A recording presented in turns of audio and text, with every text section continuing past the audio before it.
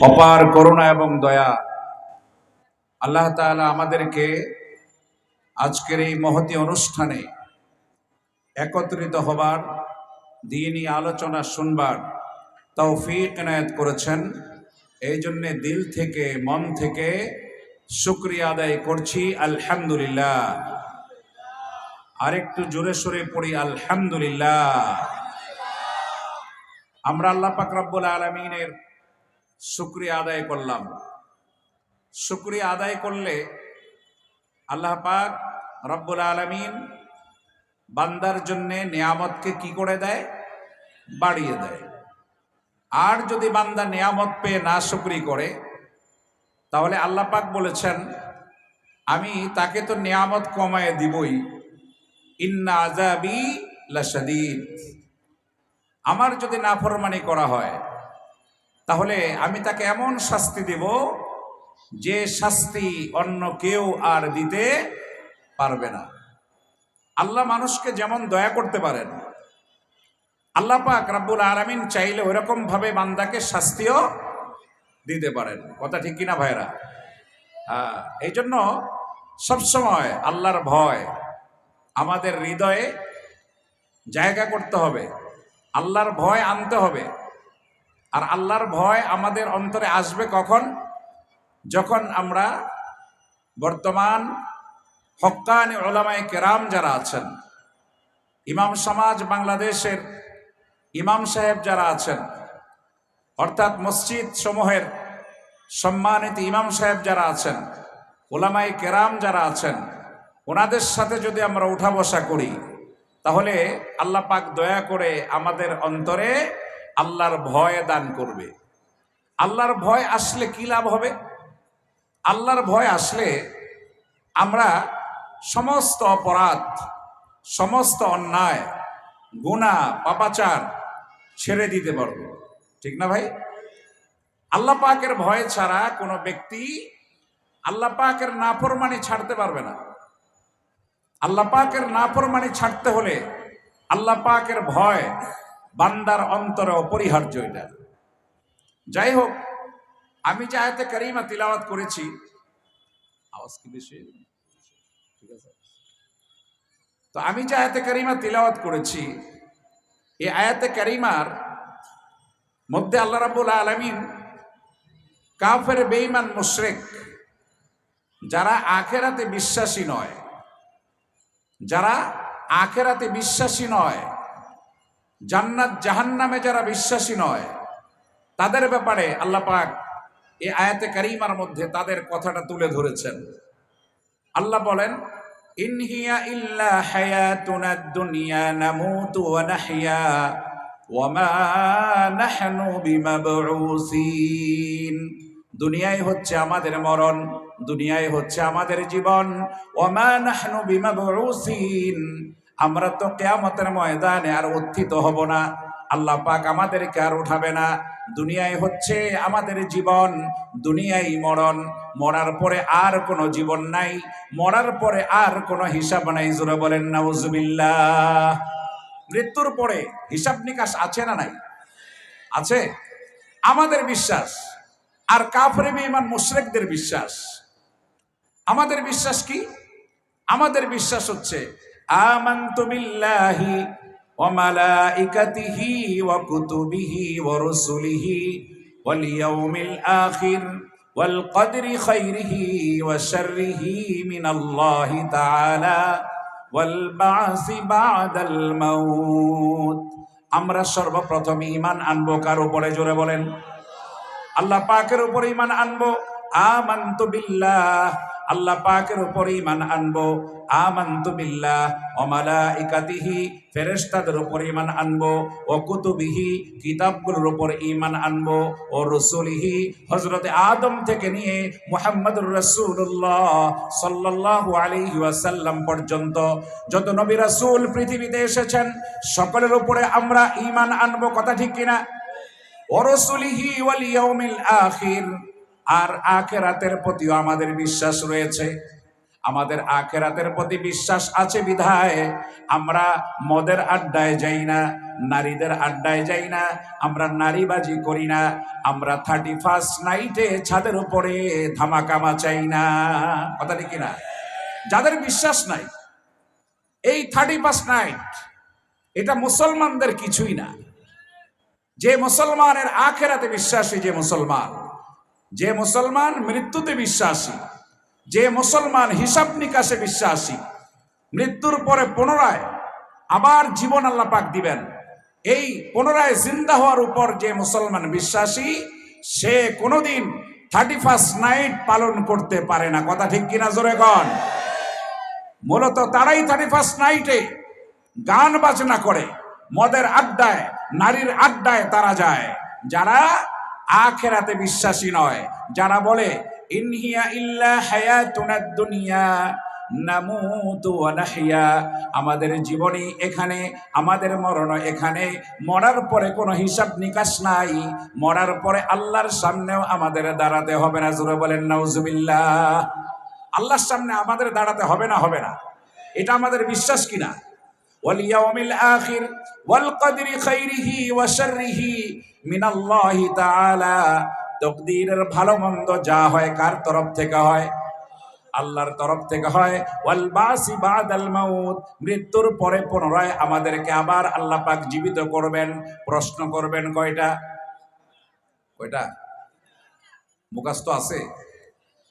অনেক ব্যক্তি আছে দেখবেন যে এই 3টা মুখস্থ তো আছে, লেকিন নবীজির তরিকায় না চলবার কারণে, আল্লাহ পাকের হুকুম না মানবার কারণে, কোরআনে পাকের নির্দেশনা মোতাবেক জীবন যাপন না করবার কারণে, মনে করেন আমরা নামাজ পড়ি কোরআন শরীফ দিয়া।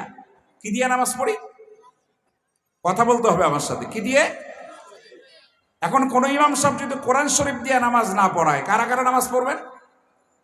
কেউ পড়বেন না। ইমাম সাহেব সূরা ফাতিহা পড়তে হবে, এটা ওয়াজিব। কেরাত পড়তে হবে, 1 আয়াত হলেও এটা ফরজ, 3 আয়াত পরিমাণ কেরাত পড়া ওয়াজিব, এটা পড়বে। আমরা নামাজ পড়ি কোরআন শরীফ দিয়ে, নামাজ পড়ি নবীজির তরিকায়, হজ করি নবীজির তরিকায়, কোরআন শরীফ মোতাবেক। আমরা যাকাত দেই, আমরা কি করি? আরো রোজা রাখি, সব কিছু কোরআন হাদিস মোতাবেক হয়। কথা ঠিক কিনা ভাই? তাহলে যারা নামাজ পড়েন কোরআন শরীফের আইন অনুযায়ী, যারা নামাজ পড়েন নবীজির দেখানো পথে, যারা রোজা রাখেন, যারা হজ করেন, যারা যাকাত দেন, তাহলে ওই সমস্ত ব্যক্তিরা যখন ব্যবসা করে, তাহলে ব্যবসা হবে কোন তরিকায়? জোরে কোন। হ্যাঁ, এখানে সবাই আসতে, ব্যবসা করতে হবে কোন তরিকায়? নবীজির তরিকায় যে ব্যবসা হয় না, কোরআনে পাকের সিস্টেম অনুযায়ী যে ব্যবসা হয় না, নবীজির তরিকায় যে রাজনীতি হয় না, ওই রাজনীতিতে চুরি হয়, ওই রাজনীতিতে ডাকাতি হয়, ওই রাজনীতিতে রাহাজানি হয়, ওই রাজনীতিতে সচিবালয়ে আগুন ধরিয়ে দেওয়া হয়। কথা ঠিক কিনা? যে রাজনীতিতে কোরআনে পাক নাই, যে রাজনীতিতে নবীজির আদর্শ নাই, ওইটা মূলত কোনো আদর্শের রাজনীতি নয়। আমরা ওই নেতাদেরকে নেতা মনে করি না যেই নেতারা নবীজির সুন্নাহকে মানে না। আপনারা মানেন? আগামী দিনে ইনশাআল্লাহ বাংলার মসনদে, এই পাক জমিনে তারাই ক্ষমতা আসবে যারা কোরআন সুন্নাহর পক্ষে কথা বলবে, যারা কোরআনে পাকের আইন দিয়ে এই রাষ্ট্রকে পরিচালনা করবে। অন্য কারো খাবার এই দেশে নাই। নাস্তিক মুরতাদ যারা এতদিন আস্ফালন করেছে, তাদের আর জায়গা এদেশে হবে? জায়গা দিবেন? জায়গা দিবেন? আমরা ব্যর্থহীন ভাষায় এটাই বলতে চাই, তোমরা যারা মৃত্যুতে বিশ্বাসী নয়, তোমরা মদ নিয়ে পড়ে থাকো। তোমরা যারা আখেরাতে বিশ্বাসী নয়, তোমরা নারী নিয়ে পড়ে থাকো।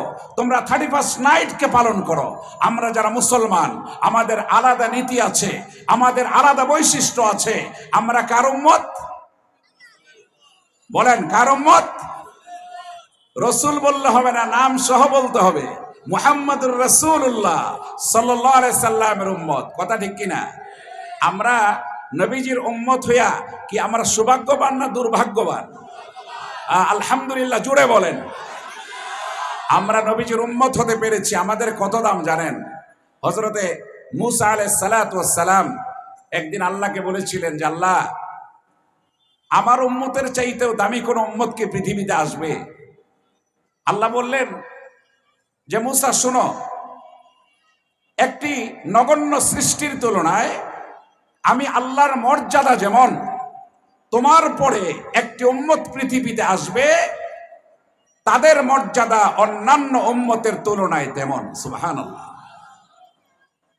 হযরত মুসা আলাইহিস সালাম বললেন যে আল্লাহ, তাহলে ওই উম্মতটা আমাকে দান করুন। আল্লাহ বললেন না না মুসা, ওই উম্মত তোমাকে আমি দিতে পারবো না, কেননা ওই উম্মত হলো আমার আখেরি নবী মুহাম্মদুর রাসূলুল্লাহর উম্মত, তারা হবে। বলেন সুবহানাল্লাহ। হযরত মুসা আলাইহিস সালাম বললেন আল্লাহ, তাদেরকে একটু দেখার ব্যবস্থা করে দেন।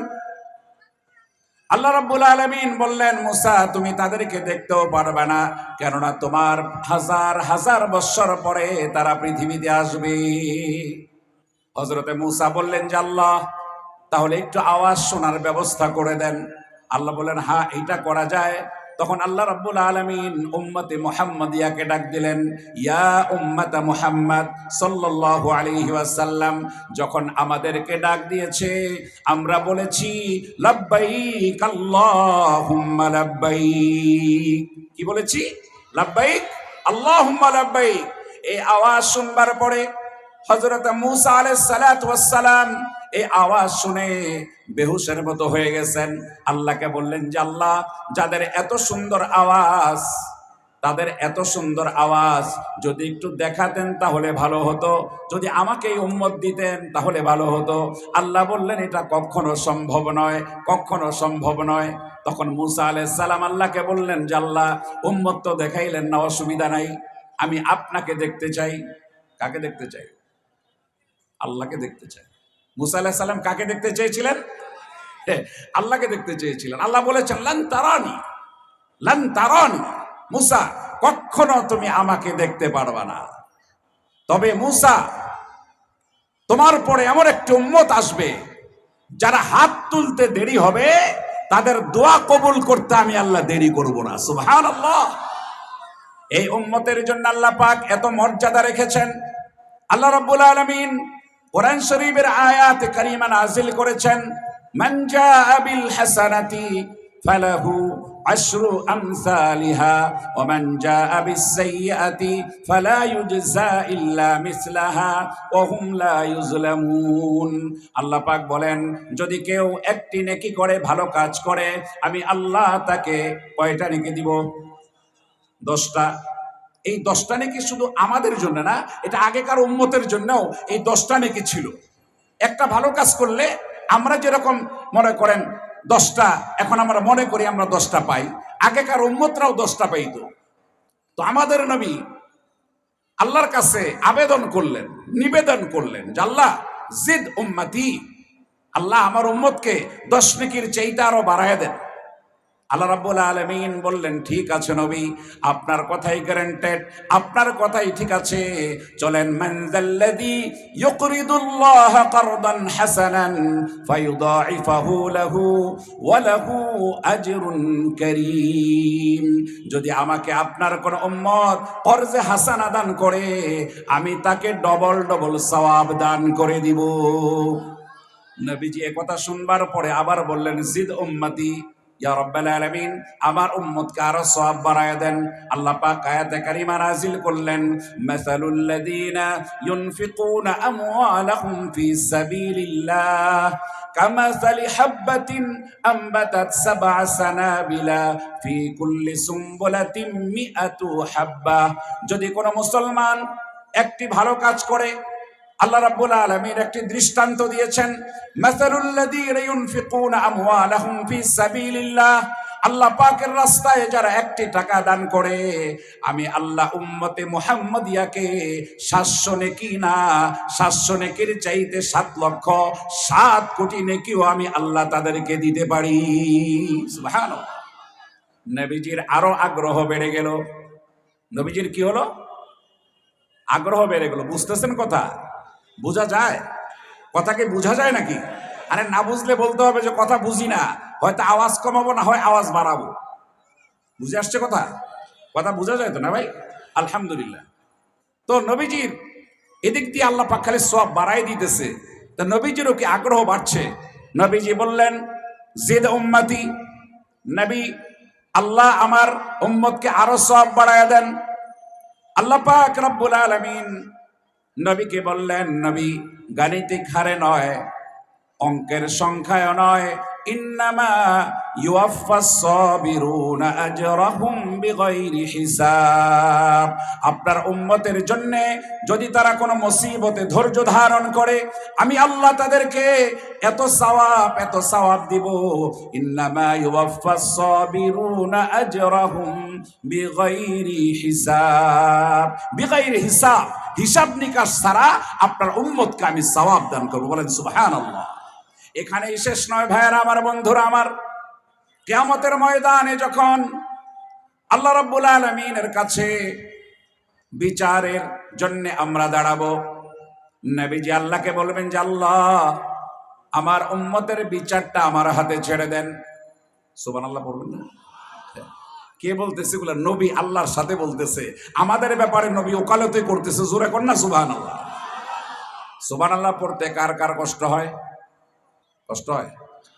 জোরে সুবহানাল্লাহ, সুবহানাল্লাহ ওয়ালহামদুলিল্লাহ লা ইলাহা ইল্লাল্লাহ, সুবহানাল্লাহ ওয়ালহামদুলিল্লাহ লা ইলাহা ইল্লাল্লাহ, সুবহানাল্লাহ ওয়ালহামদুলিল্লাহ লা ইলাহা ইল্লাল্লাহ, লা ইলাহা ইল্লাল্লাহ, লা ইলাহা ইল্লাল্লাহ, লা ইলাহা ইল্লাল্লাহ, সুবহানাল্লাহ ওয়ালহামদুলিল্লাহ লা ইলাহা ইল্লাল্লাহ,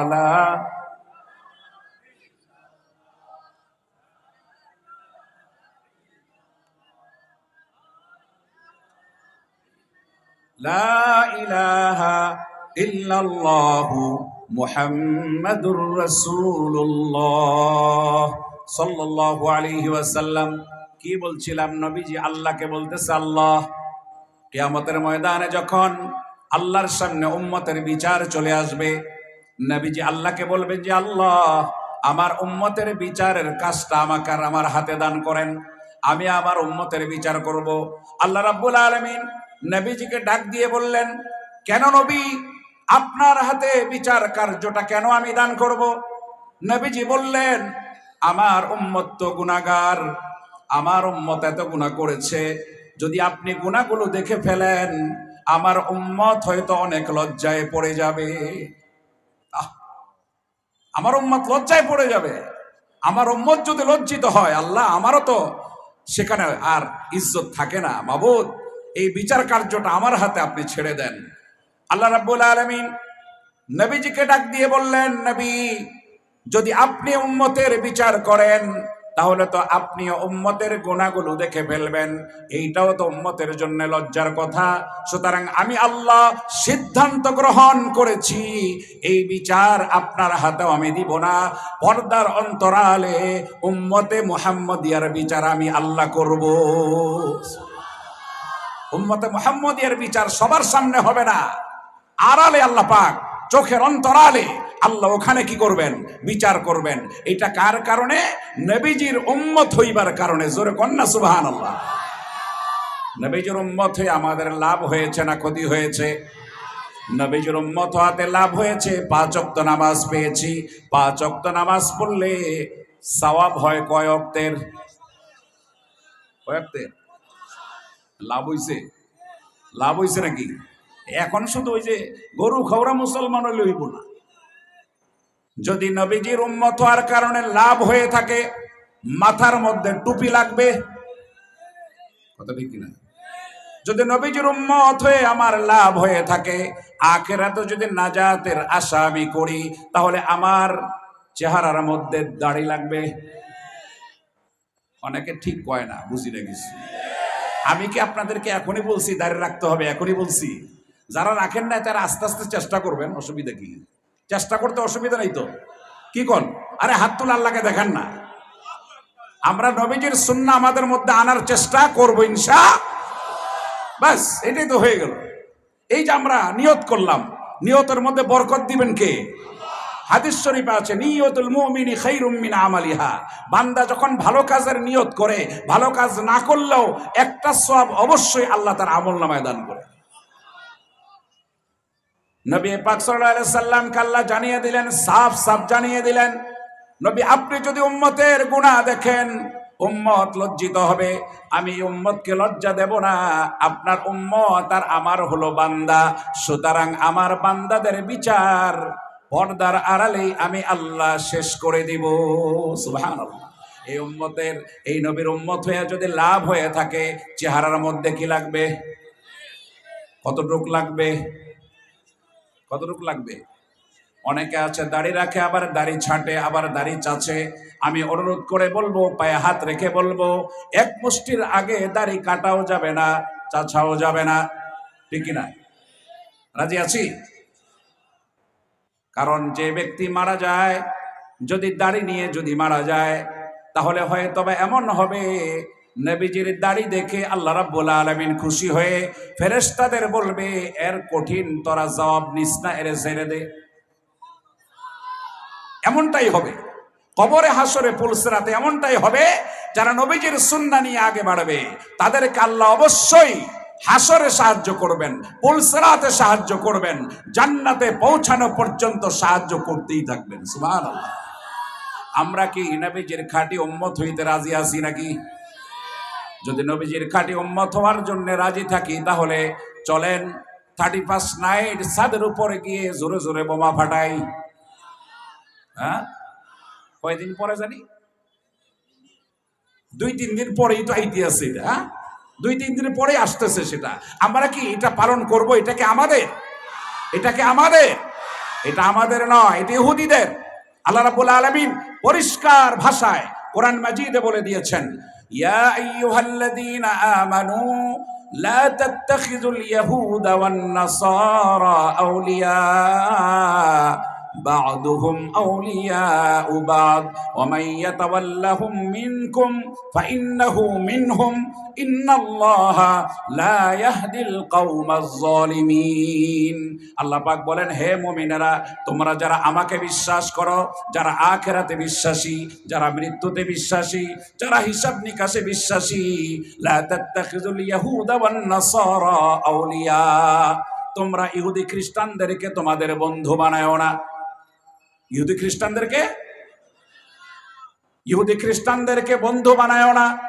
ইহুদি খ্রিস্টানদেরকে বন্ধু বানায়া তাদের মতো চুল কাটিং কইরো না। ইহুদি খ্রিস্টানদেরকে বন্ধু বানায়া তাদের মতো পোশাক পইরো না। কে বলতেছে এটা? ইহুদি খ্রিস্টানদেরকে বন্ধু বানায়া তাদের মতো নেতাগিরি মারায়ও না। কে কইতেছে? আজকে বাংলাদেশ সহ বিশ্বে রোমান ল চলছে। রোমান ল, রোমান ল দিয়ে বিশ্ব চলে। এই রোমান ল কি জানেন? রোমানরা যে আইন তৈরি করেছে, ওই আইনে হযরত ঈসা আলাইহিস সালামকে ফাঁসির কাস্টে তারা ঝুলিয়েছিল। আল্লাহ পাক রব্বুল আলামিন হযরত ঈসার মতো করে তাদের এক নেতার চেহারা বানিয়ে দিয়েছিলেন।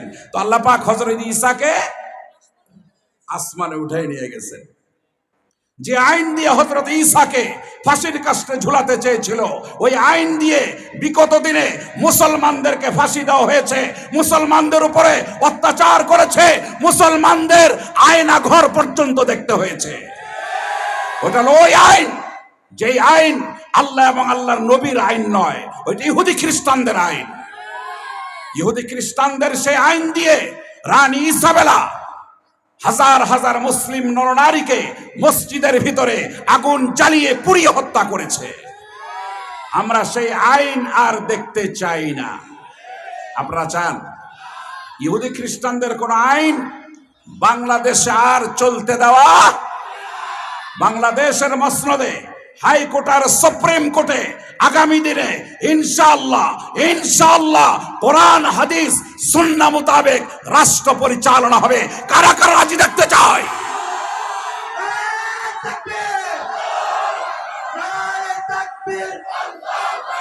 ইসলামের শত্রুরা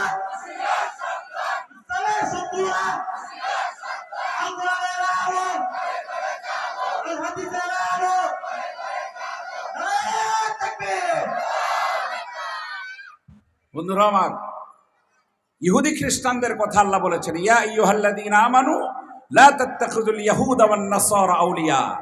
হে মুমিনেরা, বিশ্বাসীরা, তোমরা যারা মৃত্যুকে বিশ্বাস করো, আখিরাতকে বিশ্বাস করো, হিসাবকে বিশ্বাস করো, তোমরা ইহুদি খ্রিস্টানদেরকে বন্ধু বানায়ো না। তাদের মতো পোশাক পরো না, তাদের মতো চেহারা বানায়ো না, তাদের মতো সমাজ গঠন করো না, তাদের মতো রাষ্ট্র পরিচালনা করো না, তাদের মতো ব্যবসা বাণিজ্য করো না। কারণ ইহুদিরা আখিরাতকে বিশ্বাস করে না, এই জন্যে তাদের সব কিছুর মধ্যে সুদ চলে আর ঘুষ চলে। কথা ঠিক কিনা? ইসলামে সুদ চলবে? ঘুষ চলবে? হ্যাঁ, অন্যায় অত্যাচার চলবে নাকি? চলবে না। এই জন্য দেখবেন অনেকে এই কোরআন শরীফের কথা শুনলে আটকে উঠে, এই মোল্লারা কি কয়, মৌলবীদের কথা তো, মৌলবীদের কথা এখন আর চলবে না।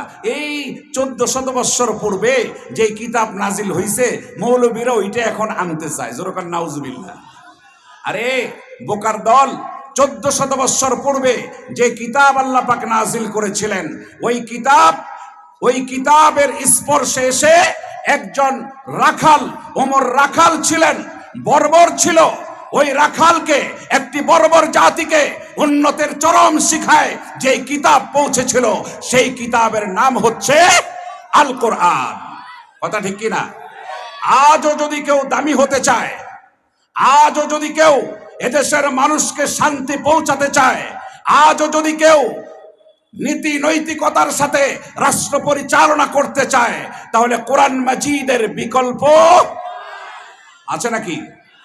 আজকেও যদি নেতারা তাদের চরিত্রের পরিবর্তন ঘটাতে চায়, কোরআন মাজিদ আর হাদিস শরীফ ছাড়া বিকল্প কোন রাস্তা, যদি কেউ বিকল্প রাস্তা তালাশ করে, আল্লাহ রাব্বুল আলামিন কোরআন শরীফে বলে দিয়েছেন, ওয়া মান ইয়াবতাগি গায়রাল ইসলামি দীনান ফালাই ইউকবালা মিন ওয়া হুয়া ফিল আখিরাতি মিনাল খাসিরিন। আল্লাহ বলেন, যদি তোমরা ইসলাম ছাড়া ইহুদিবাদ তালাশ করো, ইসলাম ছাড়া যদি নাস্তিক্যবাদ তালাশ করো, ব্রাহ্মণ্যবাদ যদি তোমরা তালাশ করো, ফালাই ইউকবালা মিন, আমি আল্লাহ তোমাদের তরফ থেকে সেই আমলকে কবুল করব না। ওয়া হুয়া ফিল আখিরাতি মিনাল খাসিরিন, আর এটা হবে আখিরাতে তোমাদের জন্য ক্ষতিগ্রস্ততার কারণ। জোরে বলেন নাউজুবিল্লাহ।